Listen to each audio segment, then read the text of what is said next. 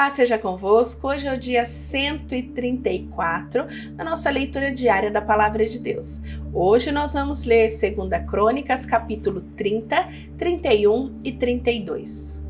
Depois disso, o rei Ezequias enviou mensageiros por toda a terra de Israel e de Judá, e mandou cartas para o povo das tribos de Efraim e de Manassés, convidando todos para virem ao templo em Jerusalém, a fim de comemorar a festa da Páscoa, em honra do Senhor, o Deus de Israel. O rei, as altas autoridades e os moradores de Jerusalém tinham concordado em comemorar essa festa no segundo mês do ano, porque não tinham podido fazer no tempo marcado, isto é, no primeiro mês. Isso porque os sacerdotes que se haviam purificado eram poucos e o povo não se havia reunido em Jerusalém. O rei e o povo acharam bom seu plano. Resolveram espalhar as notícias pelo país inteiro, desde a cidade de Berseba no sul até a tribo de Dan no norte, convidando todos para virem a Jerusalém a fim de tomar parte da festa da Páscoa em honra ao Senhor, o Deus de Israel. Pois já fazia muito tempo que a Páscoa não era comemorada de acordo com o que estava escrito na lei.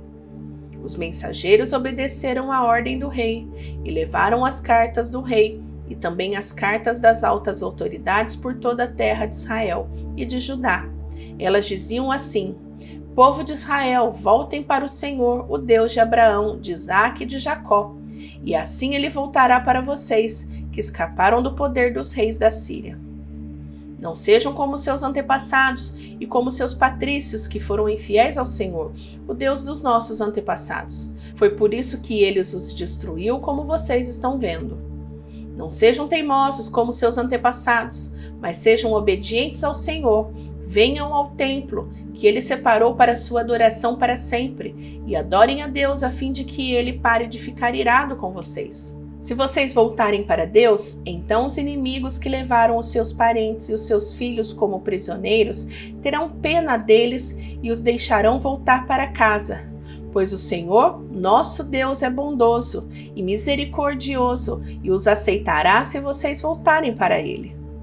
Os mensageiros foram por todas as cidades das tribos de Efraim e de Manassés, chegando até o território da tribo de Zebulon do norte, mas todos riram e caçoaram deles. Porém, algumas pessoas das tribos de Asser e de Manassés e de Zebulon se arrependeram e foram até Jerusalém. E em Judá, Deus fez com que todo o povo cumprisse o que o rei e as altas autoridades tinham ordenado, obedecendo à ordem de Deus, o Senhor. Portanto, no segundo mês do ano, muitas pessoas foram até Jerusalém para comemorar a festa dos pães sem fermento. Era uma multidão enorme. Pegaram os altares aonde eram oferecidos sacrifícios e também os altares aonde era queimado o incenso e os jogaram no vale de Cedron. No dia 14 do segundo mês, mataram os carneiros para a festa da Páscoa. Os sacerdotes e os levitas ficaram com vergonha e por isso se purificaram e levaram ao templo sacrifícios para serem completamente queimados. Foram para os seus lugares no templo, de acordo com o que mandava a lei de Moisés, homens de Deus. Os levitas davam o sangue dos animais aos sacerdotes e estes borrifavam o altar. Havia ali muitas pessoas que estavam impuras. Por isso os levitas precisavam matar os carneiros que essas pessoas ofereciam, a fim de dedicá-las a Deus, o Senhor. Pois muitas pessoas das tribos de Efraim, de Manassés, de Issacar e de Zebulão haviam comido o jantar da Páscoa sem terem se purificado, como manda a lei de Deus. Mas Ezequias orou em favor delas, dizendo: ó Deus bondoso, perdoa todos os que com todo o coração te adoram, a ti, o Senhor, o Deus dos nossos antepassados. Perdoa-os, ó Senhor, ainda que eles não se tenham purificado de acordo com a lei do templo. O Senhor Deus atendeu o pedido de Ezequias e perdoou o povo. Durante 7 dias, todos os israelitas que estavam em Jerusalém comemoraram com grande alegria a festa dos pães sem fermento. Todos os dias, os sacerdotes e os levitas louvaram a Deus, tocavam bem alto os instrumentos musicais sagrados. Ezequias elogiou todos os levitas que haviam dirigido bem o culto de adoração. Durante 7 dias, todos tomavam parte da Páscoa. Apresentaram as ofertas de paz e louvaram o Senhor, o Deus dos seus antepassados. Aí concordaram de festejar mais 7 dias e assim fizeram com muita alegria. O rei Ezequias deu ao povo 1000 touros novos, 7.000 carneiros, e altas autoridades deram 1000 touros novos e 10.000 carneiros para a festa, e muitos sacerdotes se purificaram. Assim, todo mundo ficou alegre, o povo de Judá, os sacerdotes, os levitas, as pessoas que tinham vindo da terra de Israel e os estrangeiros que moravam em Israel e em Judá. Houve grande alegria em toda a cidade de Jerusalém, pois desde o tempo de Salomão, o rei de Israel, o filho de Davi, nunca havia acontecido uma coisa assim. Os sacerdotes e os levitas de pé pediram as bênçãos de Deus para o povo, e Deus no seu santo lar no céu ouviu a oração e atendeu o pedido deles. Quando a festa terminou, todos os israelitas que estavam em Jerusalém foram pelas cidades de Judá, quebrando as colunas do deus Baal, cortando os postes da deusa Será e destruindo os altares e os lugares pagãos de adoração. Fizeram o mesmo em todo o território das tribos de Judá, de Benjamim, de Efraim e de Manassés. Depois todos voltaram para casa. Ezequias organizou os sacerdotes e os levitas em grupos, dando a cada grupo a sua responsabilidade. Os sacerdotes apresentavam sacrifícios que eram completamente queimados e as ofertas de paz. Os levitas cantavam louvores, davam graças a Deus e guardavam os portões do templo.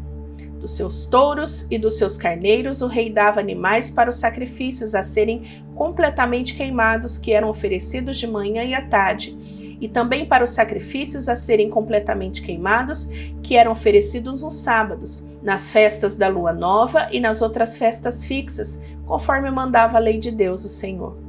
O rei ordenou aos moradores de Jerusalém que entregassem aos sacerdotes e levitas tudo o que de direito eram deles, a fim de que pudessem gastar todo o seu tempo fazendo aquilo que a lei de Deus mandava. Logo que a ordem do rei foi anunciada, o povo deu generosamente a melhor parte do seu trigo, vinho, azeite, mel e de todos os outros produtos das suas plantações. Trouxeram também em grande quantidade a 10ª parte de tudo o que tinham. Os que moravam em Israel e os outros moradores das outras cidades de Judá também trouxeram a 10ª parte dos seus touros e dos seus carneiros e a 10ª parte de tudo que tinham dedicado ao Senhor, o seu Deus, e juntaram as coisas em grandes montões. Começaram a amontoar as ofertas no 3º mês e terminaram no 7º mês. Quando Ezequias e as altas autoridades foram ver aqueles montões de ofertas, louvaram a Deus o Senhor e elogiaram o povo de Israel. Ezequias falou com os sacerdotes e os levitas a respeito daqueles montões.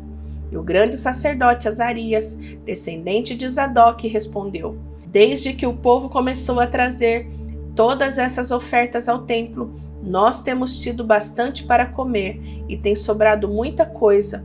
O Senhor Deus tem abençoado o seu povo e por isso temos comida até demais. Aí o rei Ezequias ordenou que preparassem depósitos no templo, e isso foi feito. Foram honestos e colocaram ali todas as ofertas, os dízimos e as coisas dedicadas a Deus. Para tomar conta dos depósitos, puseram um lemita chamado Conanias, que tinha como ajudante o seu irmão Simei. O rei Ezequias e o grande sacerdote Azarias nomearam os seguintes levitas para servirem debaixo da direção de Conanias e Simei: Jeiel, Azarias, Naate, Azael, Jerimote, Josabade, Eliel, Ismaquias, Maate e Benaías. O guarda do portão leste do templo, Coré, filho de Imna, estava encarregado das ofertas feitas a Deus por vontade própria. Ele distribuía as ofertas e as coisas dedicadas a Deus. Nas outras cidades aonde os sacerdotes moravam, os seguintes levitas trabalhavam fielmente debaixo da direção de Coré: Éden, Miniamim, Jesua, Semaías, Amariá e Secanias. Estes distribuíam as porções devidas a todos os seus colegas, os levitas, de acordo com os grupos a quem pertenciam, dando a cada um a mesma porção. Sem levar em conta se os seus nomes estavam ou não na lista dos seus antepassados, a distribuição era feita com todos os homens de 30 anos para cima que iam ao templo para fazer os seus serviços diários, de acordo com o grupo a quem pertenciam e o trabalho que faziam. A lista dos sacerdotes foi feita de acordo com seus grupos de famílias. Os levitas de 20 anos para cima estavam alistados de acordo com o trabalho que faziam e o grupo a quem pertenciam. Nas listas estavam também os nomes das mulheres, dos filhos e das filhas, isto é, a família inteira, os sacerdotes e levitas, tinham sido consagrados a Deus e precisavam estar sempre prontos para fazer o seu trabalho sagrado. Havia também homens nomeados para distribuírem os alimentos que eram para os sacerdotes, os descendentes de Arão, que moravam nas cidades dos sacerdotes ou nos campos que ficavam ao redor, e também os alimentos que eram para os levitas cujos nomes estavam na lista. Foi isso que Ezequias fez em toda a terra de Judá. Ele sempre foi bom, correto e fiel em todos os serviços que prestou ao Senhor, o seu Deus. Tudo que Ezequias fez para o templo, ou em obediência à lei, deu certo, porque ele procurou sempre seguir com todo o coração a vontade de Deus. Depois de tudo isso, e dessas provas de fidelidade que o rei Ezequias deu, Senaqueribe, rei da Síria, invadiu o país de Judá. O seu exército cercou as cidades protegidas por muralhas, procurando conquistá-las. Quando Ezequias viu que Senaqueribe estava planejando atacar Jerusalém também, consultou seus chefes militares e civis e propôs que tapassem as fontes de água que ficavam fora da cidade, e eles concordaram com o plano. Muita gente se ajuntou, foram tapar todas as fontes e também o canal que atravessava aquela região. Isso foi feito para que os assírios encontrassem pouca água quando chegassem perto da cidade. Ezequias se animou e consertou a muralha da cidade, construiu torres em cima dela e levantou outra muralha ao redor da que já existia. Também construiu defesas no aterro que já havia sido feito do lado leste, na cidade de Davi, e mandou fazer muitas lanças e escudos. Colocou oficiais no comando de todos os homens da cidade. Mandou os oficiais se reunirem na praça do portão da entrada da cidade e disse: Sejam fortes e corajosos, não fiquem assustados, nem tenham medo do rei da Síria e do seu enorme exército, pois aquele que está do nosso lado é mais poderoso do que está do lado dele. Ele só conta com a força dos homens, mas do nosso lado está o Senhor, o nosso Deus, para nos ajudar e para guerrear por nós. E o povo ficou animado ao ouvir as palavras do rei Ezequias. Algum tempo depois, Senaqueribe, rei da Síria, junto com o seu exército, estava cercando a cidade de Laquis.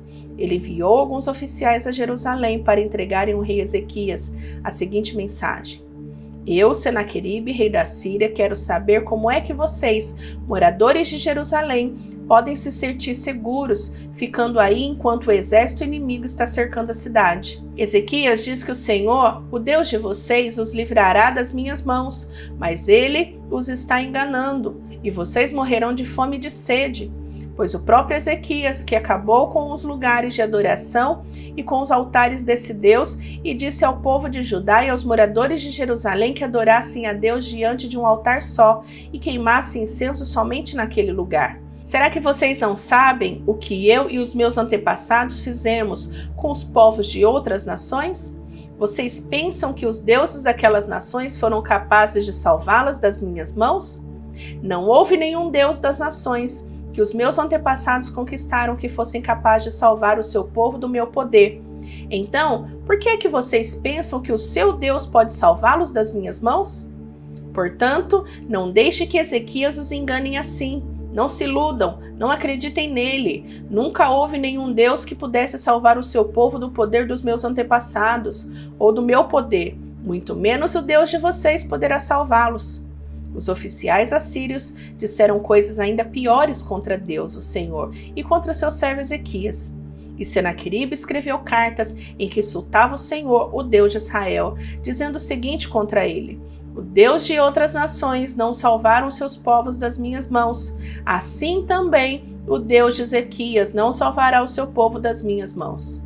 Os oficiais gritaram isso em hebraico aos moradores de Jerusalém que estavam em cima das muralhas da cidade, a fim de assustá-los e deixá-los apavorados e assim poder conquistar a cidade.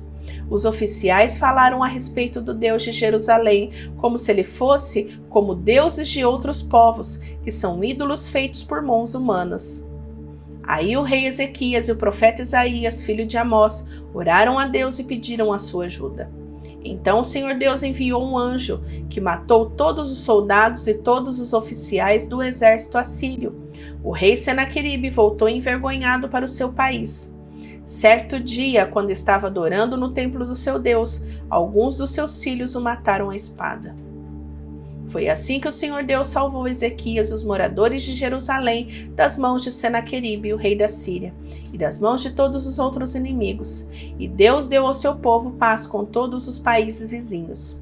Muitas pessoas iam a Jerusalém levando ofertas ao Senhor e ricos presentes para o rei Ezequias, de Judá. Daquela época em diante, a fama de Ezequias foi crescendo em todas as nações. Por esse tempo, o rei Ezequias ficou doente e quase morreu. Então orou a Deus o Senhor, e Deus respondeu, dando um sinal para provar que ele ficaria bom. Deus foi bondoso com Ezequias, mas ele não lhe agradeceu, pois era orgulhoso. Por isso Deus ficou irado com ele, com o povo de Judá e com os moradores de Jerusalém. Aí Ezequias se arrependeu do seu orgulho, como também os moradores de Jerusalém. E assim o Senhor só castigou o povo depois da morte de Ezequias. Ezequias ficou muito rico e recebeu muitas homenagens, construiu depósitos para guardar a prata, o ouro, as pedras preciosas, as especiarias, os escudos e outros objetos de valor que possuía. Construiu também armazéns para os cereais, vinhos e azeite, estrebarias para o gado e currais para os carneiros. Ezequias também construiu cidades. Ele se tornou dono de muito gado e de muitos carneiros, pois Deus lhe deu muitas riquezas.